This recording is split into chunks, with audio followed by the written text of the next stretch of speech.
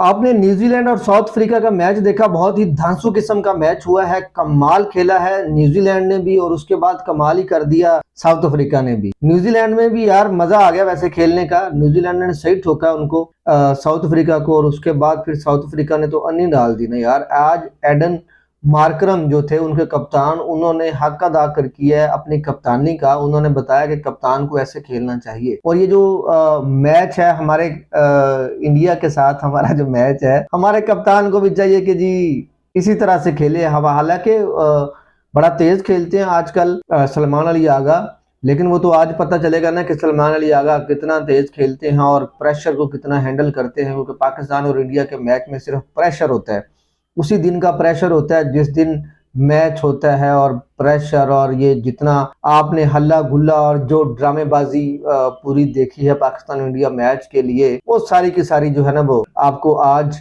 नजर आएगी 6:30 बजे। 6:30 बजे का इंतजार है, सारी नजरें टीवी स्क्रीन पर लगी हुई हैं। खैर जी, इस पे जो साउथ अफ्रीका के बॉलर हैं मार्को जेन्सन को प्लेयर ऑफ द मैच का अवार्ड मिला है। उन्होंने 4 विकेटें ली हैं, 40 स्कोर देकर बहुत ही जबरदस्त उन्होंने बॉलिंग की है। उन्होंने 4 खिलाड़ियों को आउट किया। जो सबसे ज्यादा उनका खिलाड़ी थे मार्क चैपमैन, उन्होंने सही ठोका यार इनको, सबको फेंटा लगाया। उन्होंने 2 छक्के मारे हैं और 6 चौके मारे हैं उन्होंने। मतलब कि कमाल खेला है वो बंदा। उसके जवाब में जो एडम मार्करम ने खेला है यार, उसकी तो मैं कहता हूं कि जी उस बंदे ने आउट क्लास कर दिया है जी इसको। एडम मार्करम ने तो आउट क्लास कर दिया न्यूजीलैंड को। न्यूजीलैंड के कोई बॉलर की चलने नहीं दी उस बंदे ने। 44 गेंदों पे 86 स्कोर बनाया है।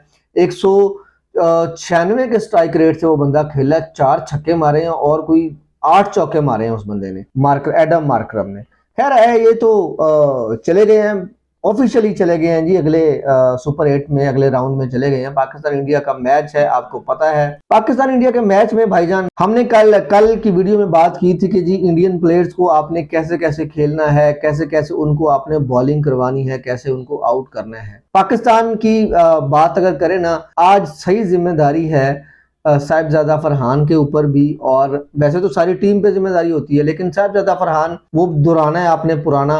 क्योंकि इंडियन जो है ना वो चीखें मार रहे हैं। इंडियन की मैं कहता हूं कि जी जो चीखें निकली है ना उस्मान तारक के ऊपर, आपने देखा होगा कि वो जी जो उनके कप्तान सूर्य कुमार यादव है वो नकल करते हुए उस्मान तारक की नकल करते हुए बॉलिंग करवा रहे हैं, अपने प्लेयर्स को प्रैक्टिस करवा रहे हैं कि जी उस्मान तारक इस तरह से बॉलिंग करवाएगा, उसको आपने इस तरह से खेलना है, प्रैक्टिस कर लो। आपका पास ये एक ही बंदा ऐसा आया है जो पहले नहीं खेला हुआ, बाकी तो सारे आपने बॉलर्स को पहले खेला हुआ है। क्योंकि पिच जो है ना वो कोलंबो की पिच इस तरह की है कि जी एक तो स्लो गेंद है और रुक के गेंद आएगा, और क्या उसको बोलते हैं हिंदी में, धीमी गद्दी का गेंद आएगा। तो धीमी गद्दी के जो गेंद है, जो रुक के गेंद आएगा उसको, और फिर उसके बाद उस्मान तारक जो रुक के गेंद करवाते हैं। हालांकि इंडिया ने बड़ा जोर लगाया कि जी उस्मान तारक के ऊपर कोई पाबंदी शबंदी लगा दें, बड़ा रोला शोला डाला इन्होंने। लेकिन एशवन भी मैदान में आ गए, क्योंकि एशवन का बेचारे का अपना भी उसी तरह की कोई हिसाब किताब था।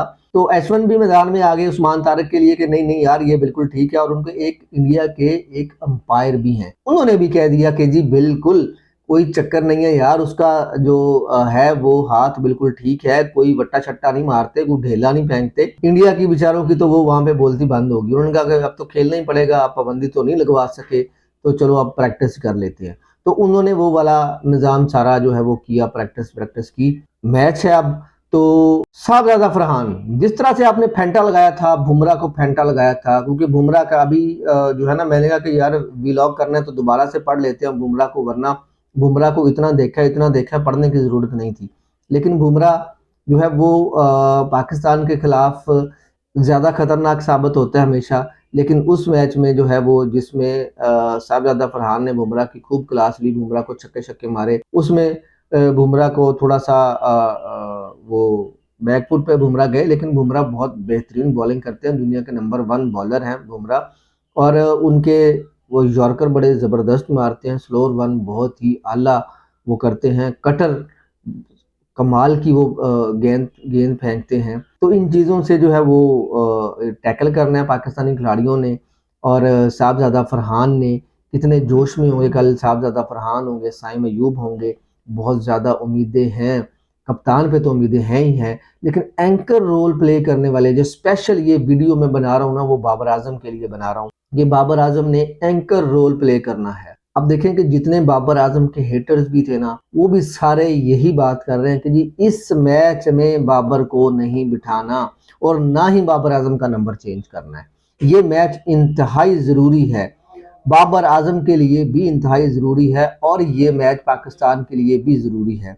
वैसे तो लोग बातें कर रहे हैं कि हो सकता है बाबर आजम का इंडिया के खिलाफ T20 का ये आखिरी मैच हो, क्योंकि हो सकता है कि बाबर आजम का T20 वर्ल्ड कप जो है ये आखिरी T20 वर्ल्ड कप हो और बाबर आजम जो है वो रिटायरमेंट ले लें या उनको रिटायर कर दिया जाए T20 से। ये मुख्तलिफ तरह की बातें सामने आ रही हैं, लेकिन इम्तिहान बाबर का ये है कि कल बाबर किस तरह से खेलेंगे। बाबर आजम के लिए जो रोल हमारे जो एक्स क्रिकेटर हैं, जो हमारे तज्जियाकार हैं, रिपोर्टर्स हैं, वो यही कह रहे हैं। हालांकि बाबर आजम ने बड़ी ज़बरदस्त वो की है उधर, प्रैक्टिस वैक्टिस वो बड़ी बड़ी आला कर रहे हैं बाबर आजम। हमारे जो कप्तान हैं वो खुद से बाबर आजम को प्रैक्टिस करवा रहे हैं कि बाबर भाई आपने जो है ना वो चुन के रखना है इंडिया को। बाबर आजम को चाहिए कि जी बाबर आजम जो है जिस तरह की पिच है रुक के आती है और जिस तरह की वो गेंदबाजी करते हैं, क्योंकि हार्दिक पांड्या अब पहले ओवर करना शुरू हो गए हैं, उसके बाद अर्शदीप हैं, और अगर बात कर ली जाए बुमराह की तो बुमराह स्लोअर वन भी करते हैं और कटर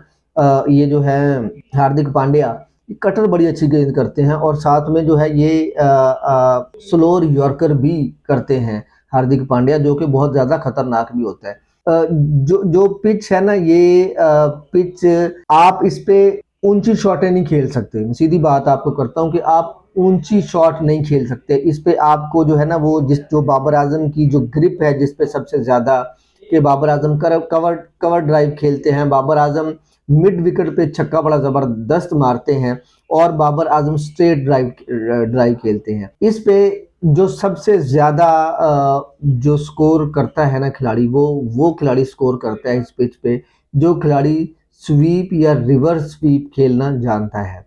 बाबर आजम चूंकि स्वीप और रिवर्स स्वीप नहीं खेल पाते, इतनी मतलब जो खेलते तो हैं लेकिन इतनी महारत नहीं है उनको स्वीप और रिवर्स स्वीप खेलने में।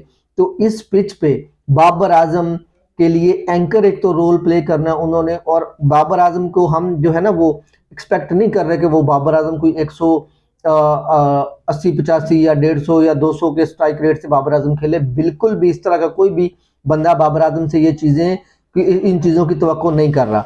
बाबर आजम से तवक्को सिर्फ ये की जा रही है कि बाबर आजम 135 प्लस के स्ट्राइक रेट से खेले।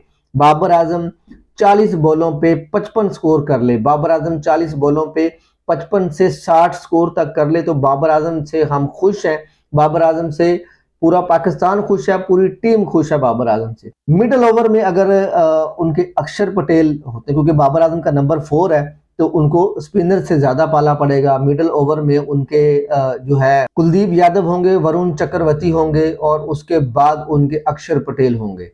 अक्षर पटेल जो है वो लेफ्ट आर्म ऑर्थोडॉक्स हैं, वो वरुण चक्रवर्ती मिस्ट्री स्पिनर हैं और साथ में कैरम बॉल भी करते हैं, गुगली भी करते हैं। वो बहुत ज्यादा खतरनाक साबित हो सकती है पिच पे, क्योंकि ग्रिप बहुत है और टर्न बहुत होगा गेंद कल। बाबर आजम को इस पे जो है ना वो कदमों का इस्तेमाल अगर बाबर आजम करते हैं और थोड़ा दबाव डाल लेते हैं ना इन स्पिनर्स के ऊपर, तो बाबर आजम के लिए बहुत अच्छा होगा।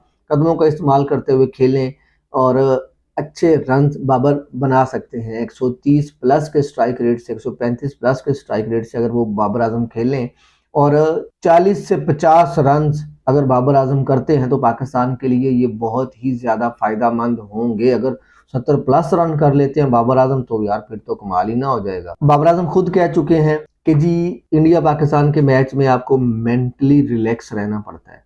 तो बाबर आजम जो है वो आज का दिन ही है बाबर भाई, ये आप मीडिया शीडिया से दूर रहें, लोगों की बातें सुनने की जरूरत नहीं है आपको।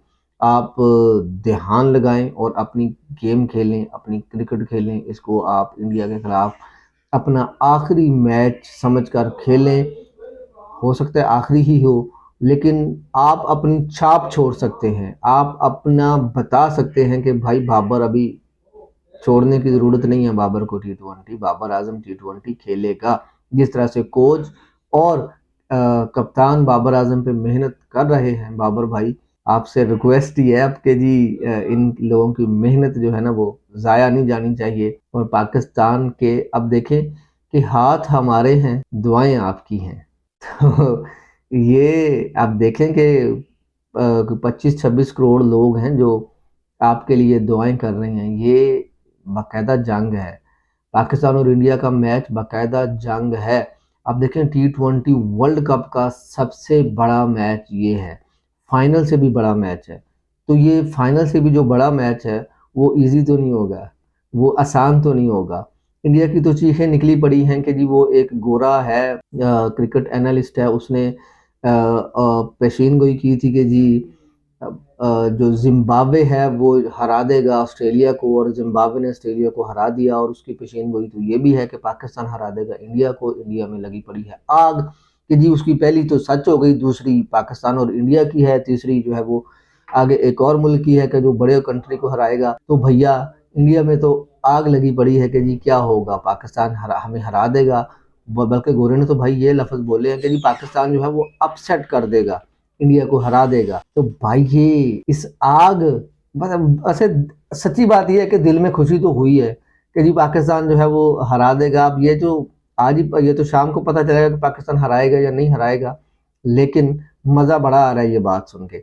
अगर आपको हमारी वीडियो अच्छी लगी हो तो आप चैनल को सब्सक्राइब करें, हमारी वीडियो को लाइक करें और शेयर करें।